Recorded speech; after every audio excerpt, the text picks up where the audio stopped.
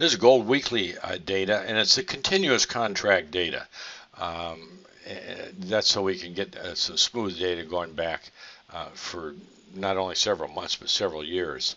Where are we at here as of the end of this week? Boy, what a sharp decline we had this past week. That's called panic selling. Sure, the volume increased when we took out this swing low of July 2017.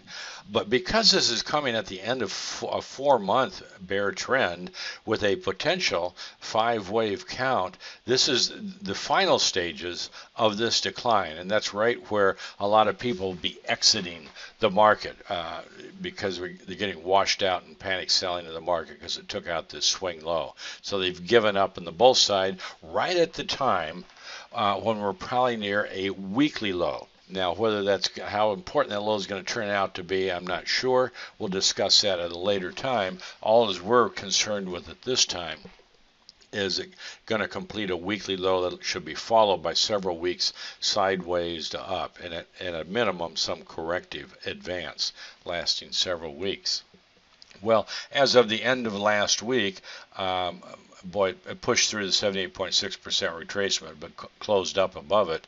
Just below that 1158 to 1149 was what I had anticipated in Wednesday's report to be the maximum downside, not a target to be reached, but the maximums if gold continued down to that level. That's 100% alternate price projection of what it got labeled as wave 1. And it's a 62% alternate price projection of the net ranges, or the net range of what I got labeled as 1 through 3 from the wave 4 high. And of course, the daily or the weekly momentums have been dual look back over so long time. I'm all going back to some real longer look back periods. The 21 to 34, and even that has been oversold for several weeks. So we're in a position to, we're at or near a weekly low. And pattern-wise, this is indicating this is probably the final week down. We need some confirmation that that's the case, but when people are throwing in the towel on gold, silver, GDX, that sort of thing, that's the time we want to be looking at it.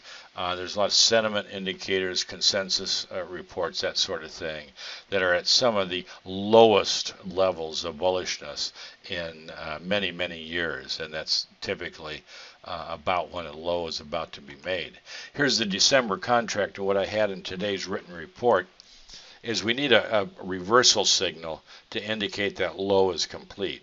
And that reversal signal is kind of two parts to it. Number one, we need a daily close above 1198.90 to indicate that the low is complete. And we need a close at the end of this coming week above last week's close, which was, it's this past Friday's close, that's the weekly close, at 1184.20. So weekly close above 1184.20 and the daily close during the week above 1198.90. And if those are made by the end of the week, we've probably completed that weekly low, and they would be coincide with a weekly momentum bull reversal as well.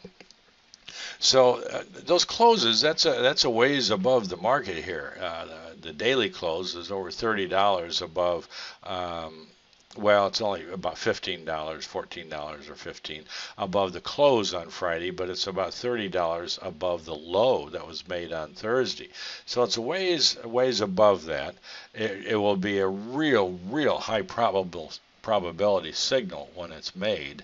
But what would be a possible setup we might consider with relatively low capital exposure and take advantage of this potential that we've already completed this low? Well, let's go to the intraday data. Here's the 240-minute data. And look at what we got between Wednesday, Thursday, and Friday. Is we had on Wednesday, we had a section up, several bars. We had several bars sideways to down for a correction, and then we've continued up, and significantly, we've made a new high above this high on Thursday.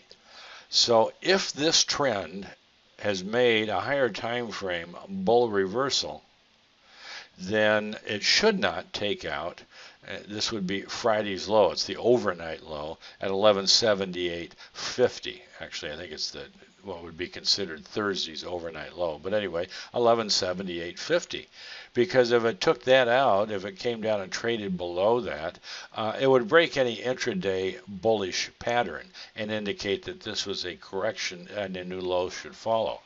So just with that single piece of information, we can say if we can enter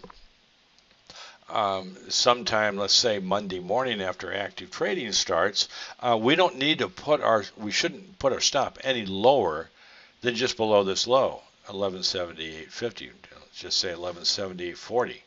That would be our stop out point. We don't have to wait until it gets all the way down here at 1167.